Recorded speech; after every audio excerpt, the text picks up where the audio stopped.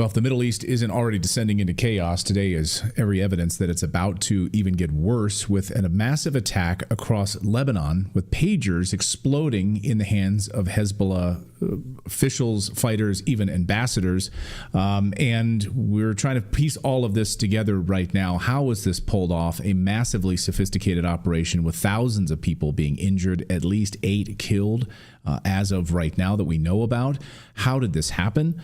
And what is going on in the Middle East with Israel and Lebanon? This is a tinderbox. We wanted to ask former UN Weapons Inspector Scott Ritter for his assessment on all of this and who's been watching this very, very closely. Scott, first, just your reaction to this developing story.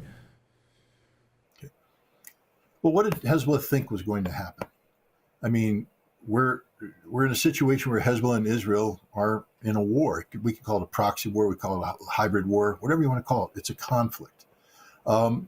Israel carried out an attack earlier this summer against a senior Hezbollah official in Beirut. Hezbollah responded by attacking Unit 8200, Israel's top secret signal intelligence unit, electronic warfare unit, cyber unit. According to news reports, they may have killed the commander of this unit and killed up to 26 others, wounded over 70 others. This attack against the pagers of these Hezbollah officials is an attack carried out by Unit 8200. That's the unit that does this. What did Hezbollah think was going to happen? You attacked Unit 8200. You think 8200 is just going to sit there and let nothing happen?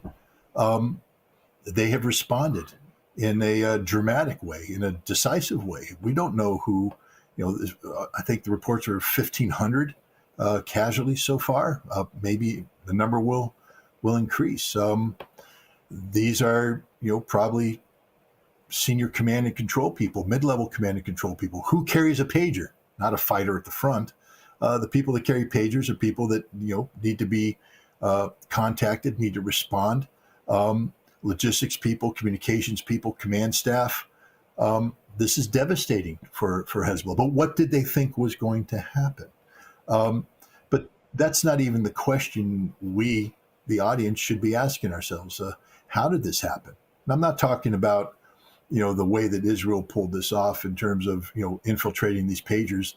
These pagers apparently were just recently swapped out by Hezbollah. Right. Who was the purchasing agent? I mean, Right. First thing I would ask Hezbollah is buy better pagers.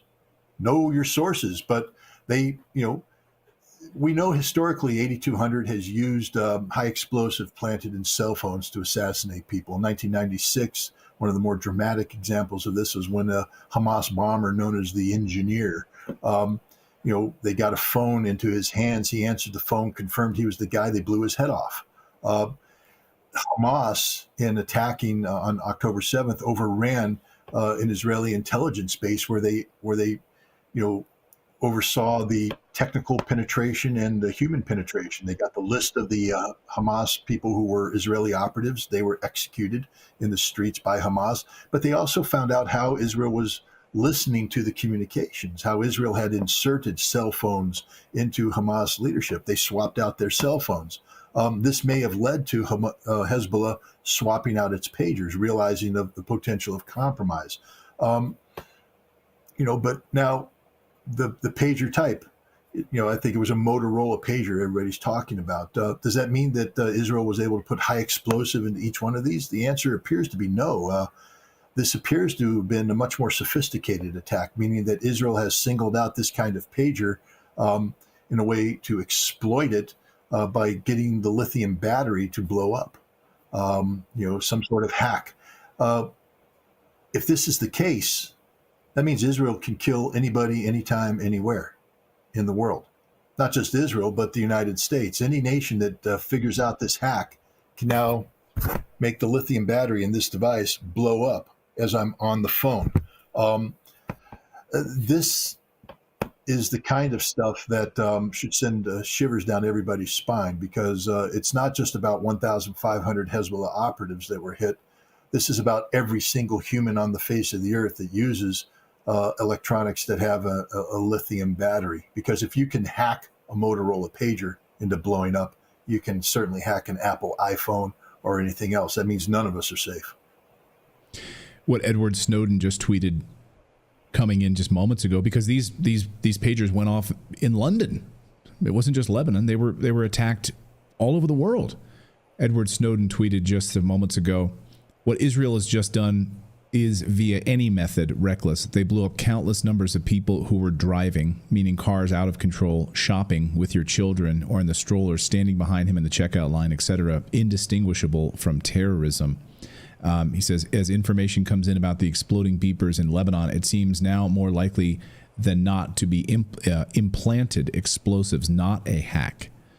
Why? Too many consistent, very serious injuries. If it were overheated batteries exploding, you'd expect many more small fires and misfires. So, and sources I've spoken